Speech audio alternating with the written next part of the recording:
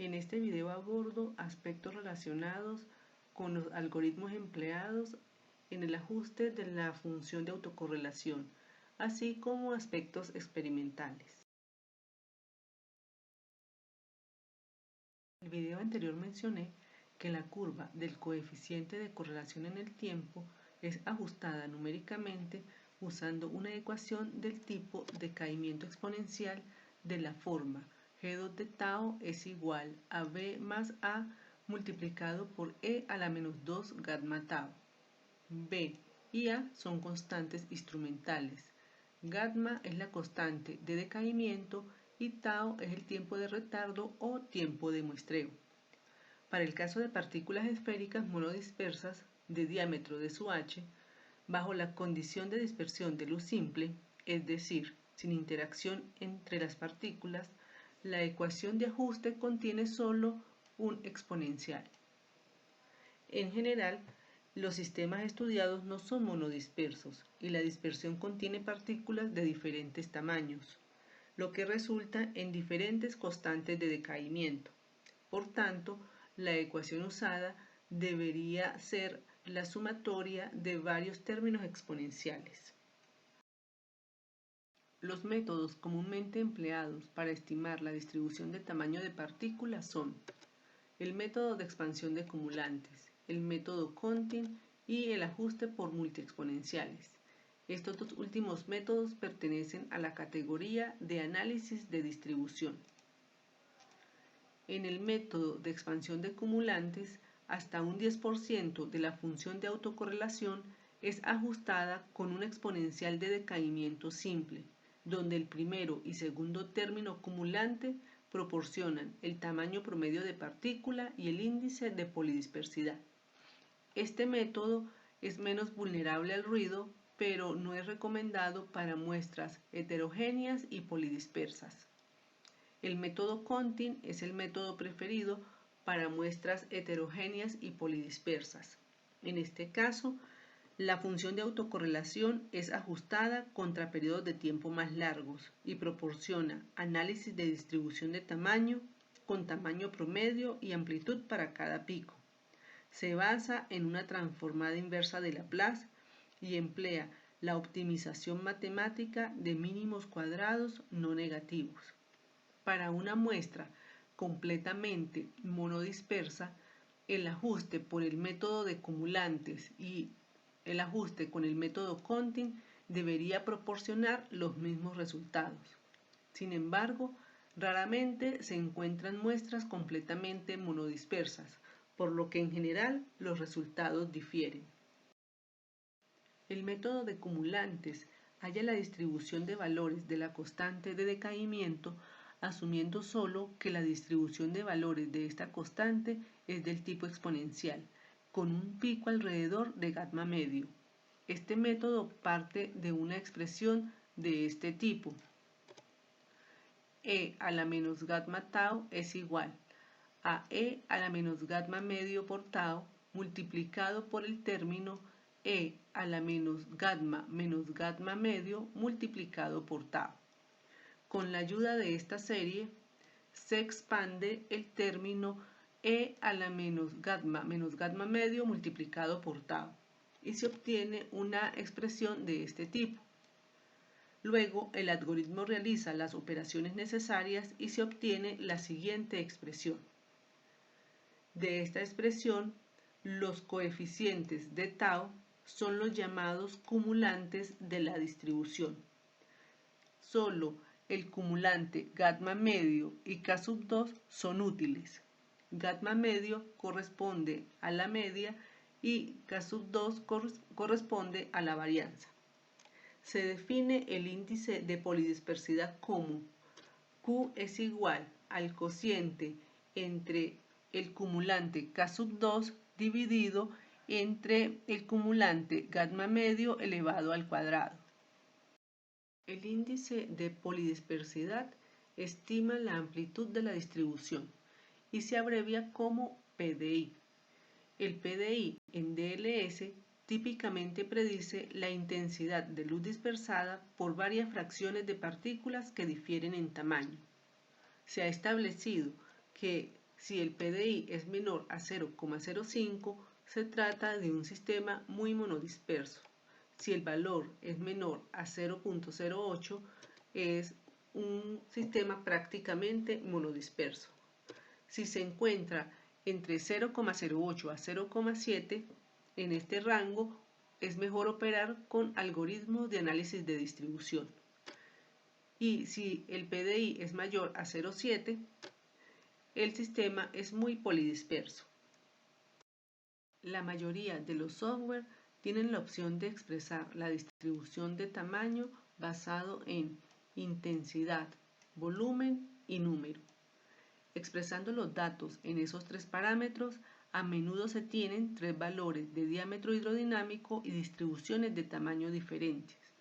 Hay que recordar que la técnica DLS está basada en medir la intensidad de la luz dispersada y, por tanto, el diámetro hidrodinámico siempre debe ser reportado a partir de las medidas de intensidad. Los parámetros volumen y número solo deben ser considerados como información de soporte. Para hacer la conversión de intensidad a volumen y número es necesario emplear la teoría de Mie, y para ello se debe introducir el valor del índice de refracción de las partículas en la suspensión. Una manera simple de describir las diferencias entre las tres distribuciones es considerar dos poblaciones de partículas y el número de partículas en cada población es la misma. Si se tiene una población de diámetro de 5 nanómetros y otra población con un diámetro de 50 nanómetros, la distribución en número me va a mostrar una relación 1 a 1 entre los picos. La distribución en volumen me va a mostrar una relación de 1 a 1000 entre los picos, ya que el volumen es igual a 4/3 de pi por el radio elevado al cubo. Y la distribución en intensidad me va a mostrar una relación entre los picos de 1 a 1.000.000, ya que la intensidad dispersada es proporcional al diámetro elevado a la sexta potencia aplicando la teoría de Rayleigh. Es conveniente recalcar que la norma ISO 2017, que especifica el uso de la técnica DLS para determinar el tamaño de partícula, no recomienda hacer la conversión de intensidad a volumen y número.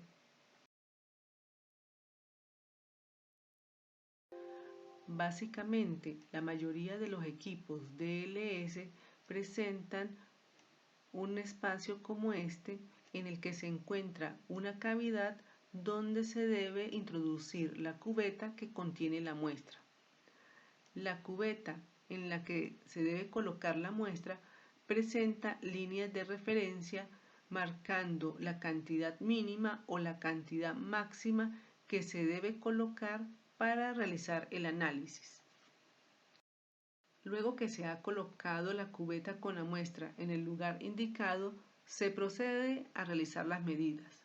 Para ello, se va a la interfase del software y en la pestaña Measure se coloca la información que allí sea solicitada. Por ejemplo, el nombre de la muestra, la temperatura a la cual se encuentra, el tiempo de equilibrio, el tiempo que considero necesario que la muestra debe estar dentro de la cubeta para que pueda realizar la medida. Puedo seleccionar el algoritmo de análisis para el ajuste, así como el ángulo de detección si el equipo presenta más de un detector. Luego que el equipo ha realizado las medidas, en la pestaña llamada Analyze voy a encontrar registradas todas las medidas con la información correspondiente a cada medida. La información que me va a reportar el equipo la puedo seleccionar. Por ejemplo, aquí seleccioné el ángulo de dispersión, el número de kilocuentas por segundo, el índice de polidispersidad, el tamaño promedio, el valor del segundo cumulante, el coeficiente de difusión, el orden del ajuste, el factor de atenuación y el número de repeticiones que se realizó la medida. El reporte que genera el equipo da información sobre la muestra, sobre el sistema y sobre los resultados obtenidos de los algoritmos aplicados para el procesamiento de la señal. De la muestra me da información que previamente se introdujo o información que ya el equipo tiene almacenada por defecto. Por ejemplo, el nombre de la muestra es información que se introduce, el índice de refracción del material es información que se introduce si no es un material que se usa con frecuencia y que el software no tiene esa información almacenada. El nombre del solvente, el índice de refracción del disolvente, la viscosidad del disolvente, la fecha y la hora del análisis. Del sistema reporta la temperatura, el número de kilocuentas por segundo, este es el número de fotones que se cuenta por segundo, y hay un límite mínimo de kilocuentas que se necesita para poder realizar un buen análisis de las señales registradas. La descripción de la celda, si la incorporé, la duración de la medida y el número del atenuador.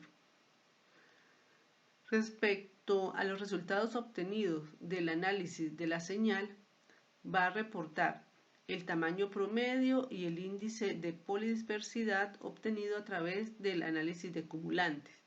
También reporta si se ha realizado una buena medida y, usando los algoritmos de análisis de distribución, va a reportar el tamaño, el porcentaje de intensidad y la desviación estándar de cada uno de los picos presentes en las poblaciones de partículas que tengo en la muestra.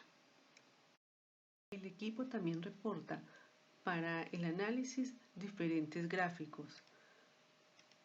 Por ejemplo, reporta el correlograma, que es el coeficiente de correlación, el ajuste de cumulantes, la distribución de tamaño por intensidad y el ajuste por el análisis de distribución.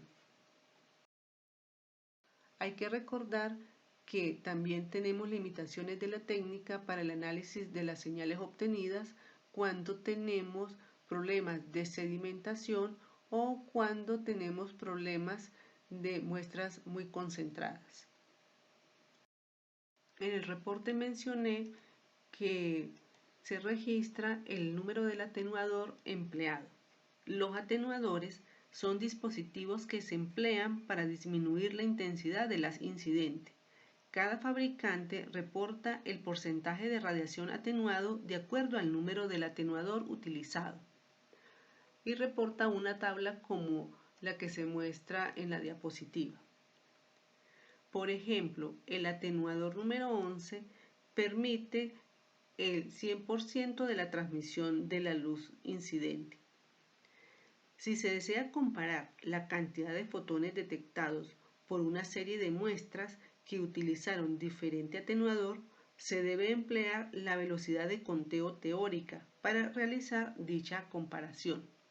La velocidad de conteo teórica es igual al número de kilocuentas por segundo detectadas dividido entre el porcentaje de atenuación.